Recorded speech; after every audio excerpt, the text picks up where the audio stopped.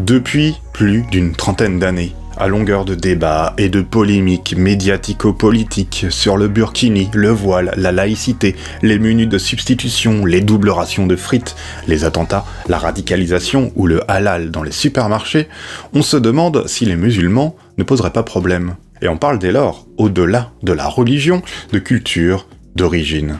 La figure du musulman est ainsi désignée dans les médias comme un autre, comme toujours un peu inquiétant. À rebours de ces discours, il serait bon de faire un pas de côté pour comprendre de quoi on parle réellement quand on parle de musulmans. Que cela signifie-t-il aussi pour ceux et celles qui se désignent sous ce terme ou qui sont désignés par celui-ci? Car musulman se dit en plusieurs sens, et c'est à toutes ces significations que s'intéresse à travers une réflexion stimulante et une sociologie de l'identité la chercheuse Marie-Claire Willems dans son livre « Musulman, une assignation, point d'interrogation », paru récemment aux éditions du Détour. Dans ce livre, elle interroge, à travers différentes représentations, les multiples identités que peuvent recouvrir le mot musulman, qu'elles soient sociales, culturelles, politiques, économiques et bien sûr religieuses. Que cela veut-il donc dire d'être musulman, particulièrement en France, avec son histoire coloniale? Comme on va le voir, être musulman, c'est peut-être d'abord par auto-catégorisation, on se désigne soi-même comme étant musulman. Soit par hétéro-catégorisation, ce sont les autres qui nous interpellent comme étant tels par divers processus culturels, politiques et sociaux. On va alors voir dans cet épisode comment on a pu concevoir des musulmans chrétiens, pourquoi certaines personnes se disent musulmanes et athées en même temps, et pourquoi vous êtes peut-être même vous-même musulman sans le savoir.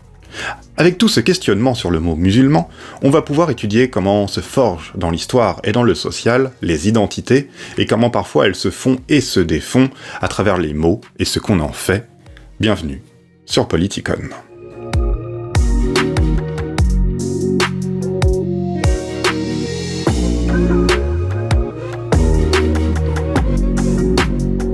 Un petit point étymologie peut ne pas faire de mal. Comme le rappelle Marie-Claire Willems, on considère le mot musulman comme une traduction du terme muslim tiré du Coran et qui signifie celui qui se soumet à Dieu.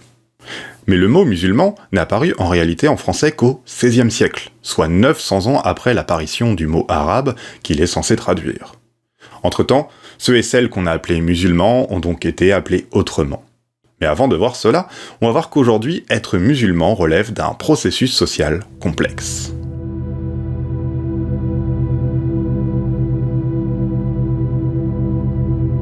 Pour sa recherche, Willems a interrogé de nombreuses personnes sur leur rapport au mot musulman et à leur désignation sous ce terme. Dans le premier chapitre de son livre, elle étudie ainsi l'idée d'une origine musulmane. Si ce terme ne réfère pas à un territoire, il montre bien comment dans les esprits, il peut faire référence à l'immigration et à l'histoire coloniale. L'origine musulmane s'opposerait ainsi à l'origine française, par exemple. La religion n'entre ici pas directement en compte dans la construction de l'identité. Il s'agit de penser une culture autre, celle des ex-colonisés, qui n'est pas celle, autrement dit, des ex-colons. Des études statistiques reprennent cette catégorisation en associant les personnes nées ou descendants de personnes nées des ex-pays colonisés à des musulmans, et donc à l'idée d'une origine musulmane. La désignation religieuse est alors ethnicisée, catégorisée selon un critère national ou ethnique. On parle parfois aussi de supposés musulmans, de musulmans sociologiques. Dans son enquête, la chercheuse a rencontré des personnes qui s'auto-catégorisent elles-mêmes comme étant d'origine musulmane.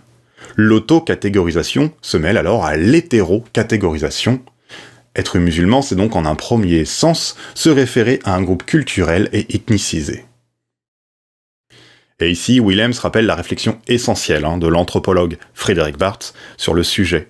L'ethnie est quelque chose de construit par l'interaction, l'inclusion, l'exclusion de groupes musulmans et non musulmans.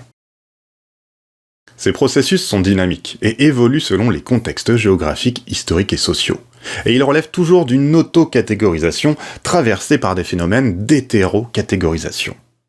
En référence au groupe des musulmans, Willems écrit ainsi, je cite, « Ce groupe serait ethnicisé en France parce qu'il est d'abord perçu comme un groupe ethnique de l'extérieur, mais aussi parce que les personnes assignées à cette identification ne peuvent s'y soustraire et la mobilisent pour eux-mêmes, consciemment ou inconsciemment, que ce soit par choix ou par obligation. » Dans les discours, les termes arabes et musulmans peuvent ainsi se présenter comme étant des quasi-synonymes. Autre expression, celle de culture musulmane, qui semble ici moins apparaître contradictoire dans les termes. Se dire de culture musulmane peut servir en effet à se présenter comme ayant été éduqué dans une culture particulière, de manière plus ou moins lâche avec la religion.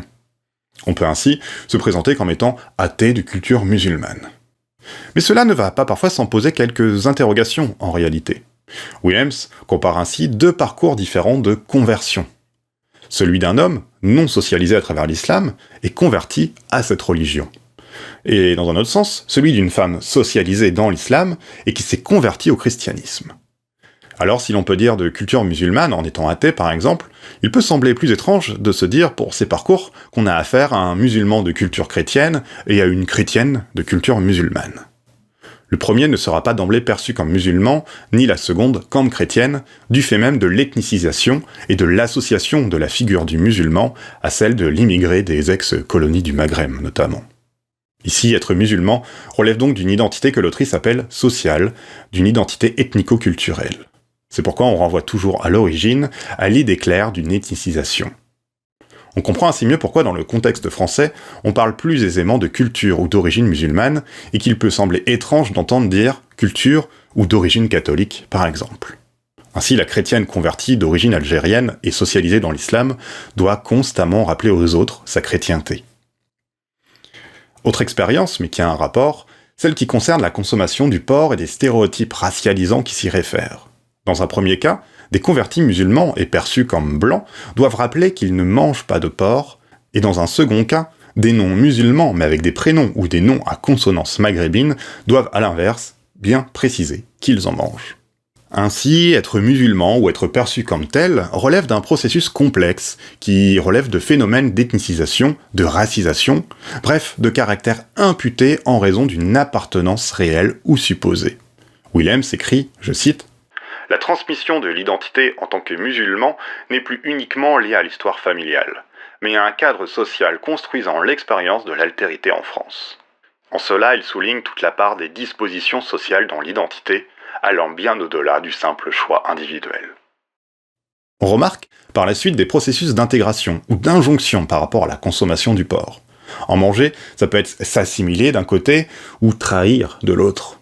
On voit encore en quoi être musulman ne relève pas seulement d'un processus individuel, mais bien d'un processus social imprégné par l'histoire et les représentations qu'elle a façonnées et qui imprègnent encore les esprits. C'est cette histoire qui est résumée par Williams dans le 2e chapitre de son livre. La chercheuse rappelle que l'expression « origine musulmane » est utilisée par le droit dans l'Algérie colonisée. On distingue d'un côté les indigènes d'origine musulmane et de l'autre les Français d'origine européenne. Les premiers sont soumis à un droit colonial, tandis que les seconds relèvent du droit civil. Cette catégorisation ethnoculturelle et religieuse des personnes musulmanes a toujours existé, et a varié selon les époques et les expressions utilisées. Au Moyen-Âge, on parle de Sarrasins, puis à l'époque moderne, des Turcs, et ce parfois aussi pour désigner simplement des non-chrétiens, avant que l'on fasse référence aux populations qui pratiquent vraiment l'islam. Le terme musulman apparaît alors assez tard dans la langue française, on l'a dit, et il est plutôt voisin ici de mahométan, qui réfère à une acception bien religieuse. Et c'est enfin donc l'époque coloniale qui vient achever l'ethnicisation et la racisation des musulmans. Musulman devient une catégorie juridique qui ne renvoie pas directement à la religion, mais à une origine supposée et à une permanence de l'identité. C'est pourquoi les convertis catholiques demeurent selon le droit colonial des musulmans, le soupçon demeure sur les convertis. Le terme a donc toujours été ambivalent, et il s'est construit sur des processus sociaux complexes. Il est aussi, on l'a vu, devenu un marqueur politique de domination coloniale. Ce qui explique qu'aujourd'hui, il puisse être dans des perspectives différentes, approprié, réapproprié plutôt, dans un sens politique et militant. Il s'agit de transformer un marqueur négatif en marqueur revendicatif et davantage positif.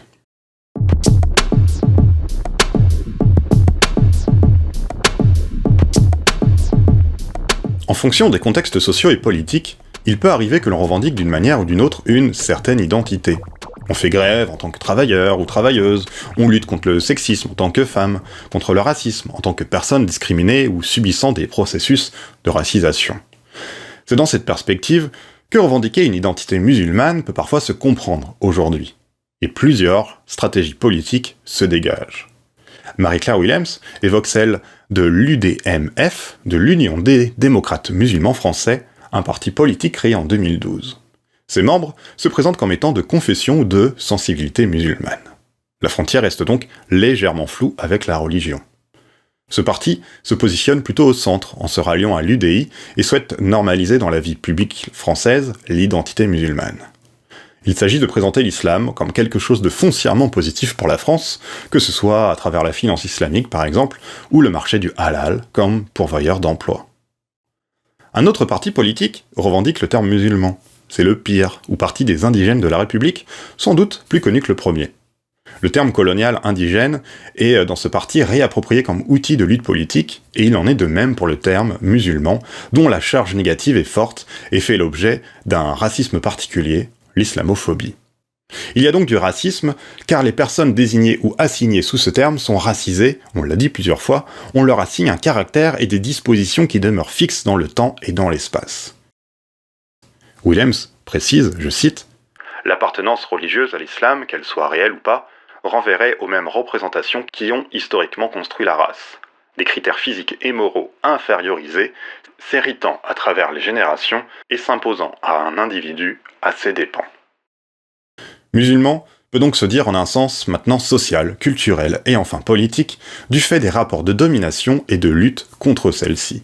Alors la religion est bien toujours présente, mais elle devient surtout un marqueur d'ethnicisation et de racisation pour inférioriser en rejoignant les catégories coloniales. Cela pose la question pour Williams de la réappropriation de l'assignation dévalorisante dans une perspective antiraciste. Car ici, c'est le processus de retournement du stigmate dévalorisé qui devient objet de fierté et de revendication.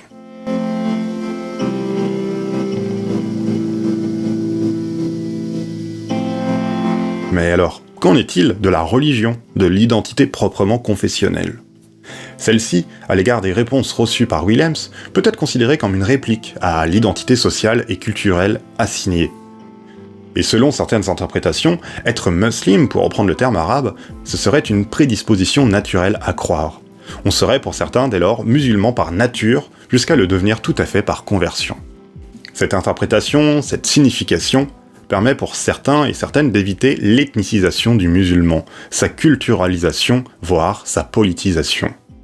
Alors que le contexte historique et social a produit une ethnicisation de la figure du musulman, on l'a vu, l'expression d'une identité proprement religieuse, mais aussi éthique, vise le processus contraire, une dé-ethnicisation, un acte d'autonomie, d'auto-catégorisation totale, qui tend à vouloir séparer culture et religion.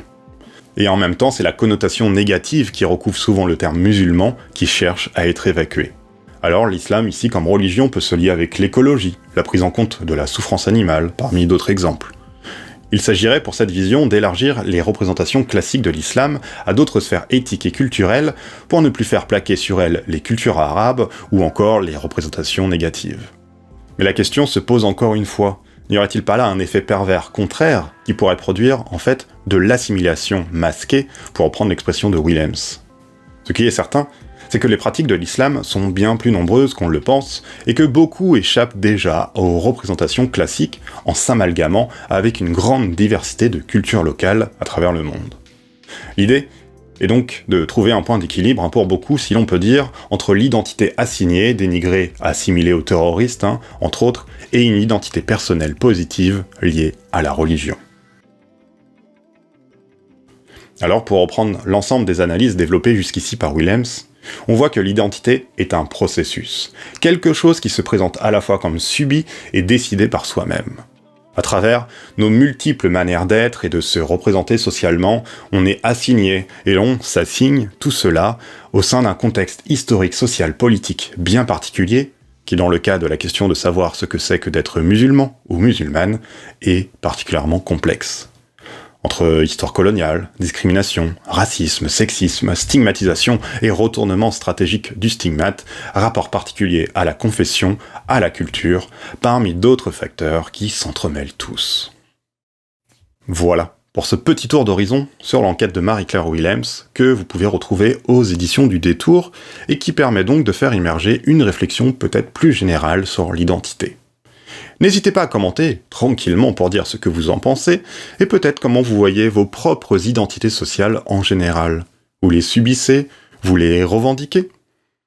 Allez, pour soutenir la vidéo et la chaîne en favorisant l'algorithme, n'hésitez pas à liker et à partager. Vous pouvez également faire un don sur Patreon ou Ko-fi ou d'autres plateformes que je vous mets en description, et vous pouvez également acheter mon livre si ça vous dit. Allez, on se retrouve très bientôt, et en attendant, comme d'habitude, portez-vous bien.